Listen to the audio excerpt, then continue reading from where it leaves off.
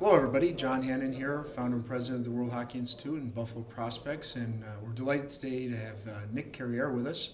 Nick is the head coach at Buffalo State. Yeah, I think it's kind of interesting. You, as a younger guy, brought that up about playing outdoors in Montreal. I actually think that all the road hockey we played as kids, that's what we called it at least, big kids, little kids. I talk about the fact that we never played with the same ball 2 days in a row because it got lost. Right. So some days we'd have a tennis ball, some days we'd have a hockey ball. That was a treat, or you couldn't find it.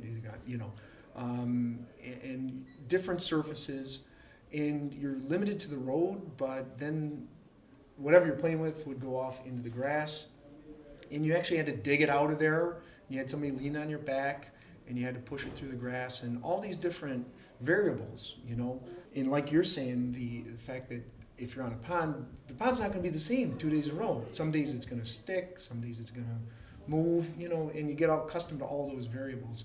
Instead of playing in a cocoon, like in a bubble, Right. So it's too bad kids don't just do that random stuff anymore. Maybe, the Canadian kids do more. I think I always said that you could take a AA guy from Canada, put him in the slot, and he could spray that puck, wherever it needs to get sprayed. May not be a great skater, I'm talking about 10, 12-year-old kids, but Right. they can shoot because they Yeah. spend the time in the driveway. Right. That our kids don't, But, these days the kids have to have a personal trainer over them at 8, 10, 12, 14 years old, which is fine, but I'm old school, and I tell people, I used to get in front of the mirror. We had the 4 foot by 1 foot mirror hung up in, my bedroom, and I had 110 pounds of cement weights, and no shirt, right? Yeah. And I was trying to look good for the girls or whatever. I was Right. trying to be stronger than the next kid, but ultimately, even at your level, help me out to confirm.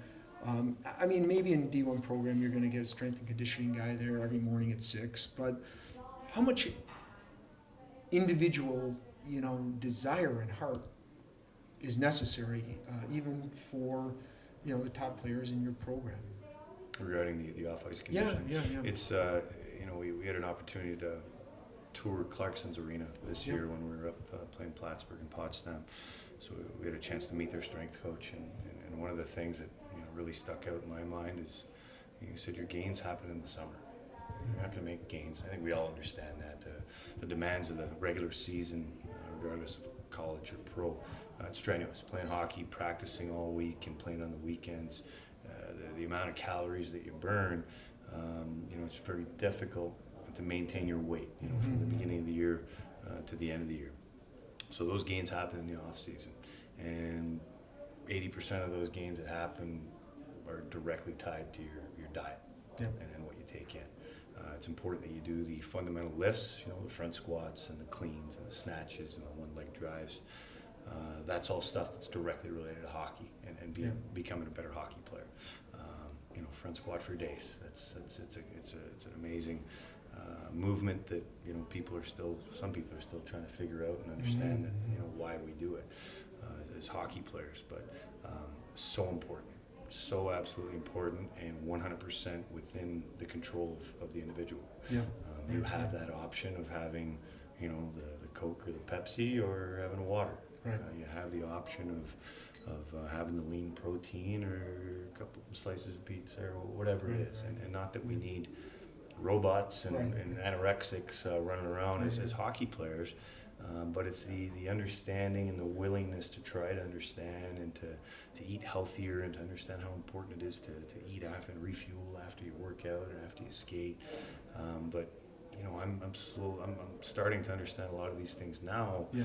I've been doing it for a long time. So how do you know that the younger guys, how do you get them to understand it at a young age with, understanding that they're 14 years old and, how much weight do you really want them lifting at that age? So it's, it's getting pretty intense nowadays with players, having to pick kind of a sport and go with it if they really want to excel. And we laugh. Hey, in the off season, go play baseball. Go do something.